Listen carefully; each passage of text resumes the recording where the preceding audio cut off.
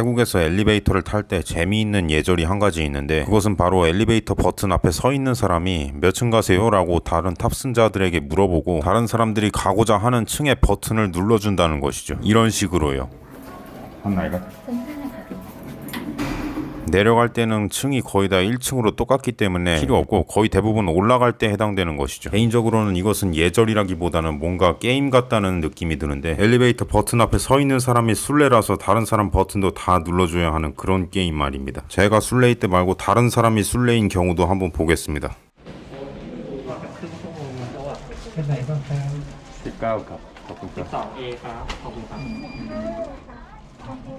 บ ใช่ครับ19 물론 이 게임에 술래가 되고 싶지 않다면 자기 자신의 버튼만 누르고 뒤로 물러서면 됩니다. 어떤 경우는 5층 눌러달라고 요청했는데 자기 것만 누르고 술래 역할 하지 않고 뒤로 물러서는 사람도 봤습니다. 한국 같았으면 눌러달라고 한 사람이 머쓱해서 헛웃음을 짓는다든지 그랬을 것 같은데, 여기서 눌러달라고 한 사람 물러서는 사람 모두 아무 말도 없더군요. 이 게임은 지금 보시는 이 엘리베이터처럼 카드로 찍어서 올라가는 곳에서는 플레이가 불가능합니다. 이런 엘리베이터에서는 자신이 누를 수 있는 층수가 제한되어 있기 때문이죠. 아무튼 이 게임은 태국어 초급 학습자들이 태국어 숫자 듣기 연습을 하기에 좋다고 생각합니다. 여러분의 태국 거주지 혹은 직장의 엘리베이터가 카드키를 사용하지 않는 구형 엘리베이터라면 이 게임의 술래가 되어 태국어 숫자 듣기 연습을 해보시는 건 어떠실지요? 엘리베이터 버튼 앞에 서서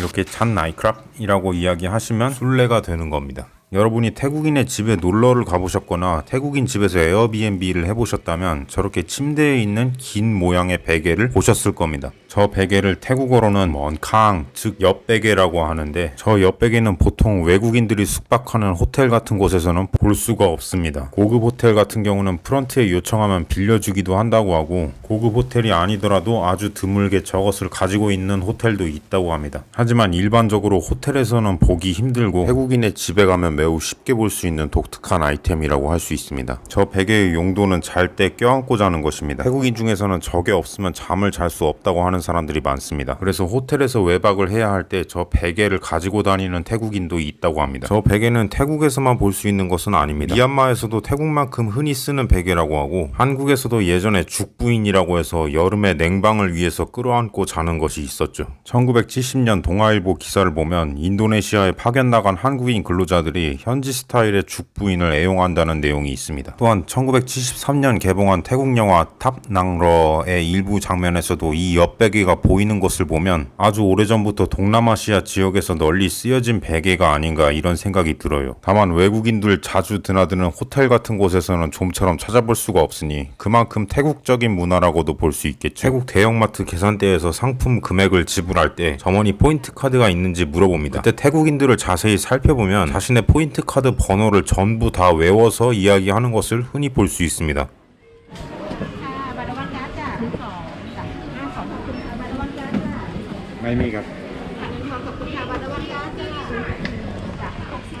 이런 식으로 대략 10자리 이상 되는 번호를 외워서 이야기하는 사람들이 많다는 것이죠. 저도 예전에 로타스 포인트 카드를 만들어 봐서 아는데, 저 번호는 굳이 외우지 않아도 되고 계산할 때 바코드로 찍어도 됩니다. 그럼에도 불구하고 마치 자신의 핸드폰 번호나 주민등록번호처럼 외우고 다니다니 포인트 카드에 대한 애정이 깊은 사람들 아닌가. 그런가 하면 태국인들의 SNS 문화에도 참 흥미로운 부분이 많은데, 일단 태국인들은 거의 대부분 SNS 계정에 자기 자신의 사진을 올리는 경향이 있습니다. 반면 한국인 중에서는 계정에 자기 자신의 사진을 올리지 않는 사람도 꽤 많이 있죠. 이 비율이 대략적으로 어떻게 되는지 확인해 보기 위해서 인스타그램 계정에서 한국인 계정 100개 그리고 태국인 계정 100개를 무작위로 선택한 다음 그 중에 사진을 올려놓은 사람과 그렇지 않은 사람 비율이 얼마나 되는지 확인해 보았습니다. 무작위로 선택했지만 그 중에서 인플루언서나 스팸 계정은 제외했습니다. 인스타 활동을 활발하게 하는 한국인 중에서 자신의 사진을 올리지 않은 비율은 23%나 되었지만, 인스타그램 활동을 활발하게 하는 태국인 중에서 자신의 사진을 올리지 않은 사람은 단 1%에 불과했습니다. 팔로워 한정 공개 조건을 포함하면 태국인의 99%가 인스타에 사진을 올려놓은 셈입니다. 물론 이 통계는 정말 아무런 조건 없이 100명을 무작위로 뽑은 것이기 때문에 직업군이나 연령대 같은 일정한 조건을 정해서 통계를 내본다면 조금 달라질 수는 있겠습니다만, 그래도 태국인의 인스타그램을 팔로우 해보신 분들이라면 아실 겁니다. 그들이 자신의 사진을 인스타에 올리는 것을 매우 좋아하며 올리지 않는 사람 사람은 매우 드물다는 사실을. 랜덤으로 태국인 100명을 뽑았는데 사진을 올리지 않는 사람이 한 명밖에 안 나왔다면 일반적으로도 그런 사람은 매우 드물 가능성이 높지 않겠나. 아무튼 그렇게 사진이 올라와 있는 태국인의 인스타 게시물을 자세히 읽어보면 재미있는 느낌이 들 때가 많은데, 뭔가 예전에 2000년대 초반 한국의 싸이월드 게시물들을 연상시키는, 요새 젊은이들 말로 손발이 오그라드는 그런 느낌을 주는 글들을 태국인들이 인스타에 많이 써놓는다는 것이죠. 위에 나온 글들은 실제로 태국인들의 인스타그램 게시물에서 본 것을 나름 번역해 본 것인데, 개인적으로는 옛날 싸이월드 버디버디 하던 시절의 한국 누리꾼 감성이 느껴지는 것 같습니다. 특히 넌 너무 귀여워서 내 마음이 아플 정도야. 이 말은 굉장히 오그라드는데, 뿐만 아니라 옛날 20-30년 전 한국 인터넷에서 많이 볼 수 있었던 특수문자, 기호들을 이용한 이모티콘. 요즘 한국 인터넷에서는 이런 것들을 좀처럼 찾아보기 어렵던데 태국 인터넷 유저들은 아직도 많이 활용을 하고 있다는 것이죠. 한때 양국이 인터넷 서비스를 시작한 시기는 크게 차이가 나지 않습니다. 그럼에도 불구하고 SNS 같은 인터넷 문화에서 차이점이 나타나는 것은 참 재미있는 현상이라고 볼 수 있죠. 태국의 시장이나 마트 같은 곳에서 가끔씩 나이가 지긋한 아저씨 아주머니들이 저를 동생아 이렇게 부르는 경우가 있습니다. 지난번에도 빅시에서 어떤 태국 할머니가 저보고 동생아 이것 좀 도와줘라 그래서 도와드렸던 기억이 있는데, 이렇게 태국에서는 잘 모르는데 자신보다 나이가 어리다고 추정되는 사람을 동생, 넝이라고 부르는 문화가 있습니다. 그 반대의 경우는 피라고 부르죠. 한국에서는 모르는 여성들끼리 언니라고 부르는 문화가 있긴 하지만 누군가를 동생이라고 부르는 문화는 없죠. 그런데 어떤 경우는 나이가 저 자신보다 그다지 많아 보이지 않는 아저씨나 아주머니가 외모만 보고 저를 동생이라고 부르는 경우가 있다는 것이죠. 제가 어려 보인다는 그런 이야기가 아니라 한국 사람은 태국보다 적은 한국의 자외선, 주기적인 건강관리, 발달된 피부과 시술과 화장술, 성형기술 등 다양한 이유로 인해 원래 나이보다 어려 보이는 경우가 많은데, 그 어려 보이는 외모로 인해 아마 40대 초반의 한국인 정도만 되어도 태국에서 전혀 모르는 아저씨 아주머니들에게 동생이라는 호칭으로 불려본 적이 있으실 겁니다. 외모나 겉모습을 보고 동생이라고 특정하는 것은 상당히 재미있는 문화인 것 같은데, 뭐 들은 이야기이긴 하지만 옛날 수십 년 전 한국에서도 나이든 중장년 아저씨 아주머니가 나이가 어려 보이는 모르는 젊은이에게 반말을 하는 것이 예사였다고 합니다. 요즘은 나이 드신 분도 모르는 젊은이에게 이야기할 때 존댓말을 쓰는 경우가 많죠. 한국에서는 아마도 공동체주의, 가족주의 문화가 강한 곳에서는 모두가 다 가족이라는 개념이 있어서 옛날 근현대 한국에서는 그게 모르는 젊은이에 대한 중장년층의 반말로, 현대 태국에서는 그게 동생이라는 호칭으로 나타나는 것이 아닌가 이런 생각이 드는데, 태국에서는 안면을 트게 되면 주로 나이에 따라서 서로를 피로 부르냐 넝으로 부르냐를 합의하게 되는데, 이에 대한 합의를 마치지 않은 낯선 사람끼리도 서로 그렇게 많이 부른다는 것이죠. 그래서인지 태국어에는 태국인 형제자매, 태국 국민 형제자매라는 표현까지 있습니다. 이런 것을 보면 현재 한국에서는 그 의미가 많이 퇴색해버린 공동체주의, 가족주의가 태국에서는 여전히 건재한 것 같다는 생각이 듭니다.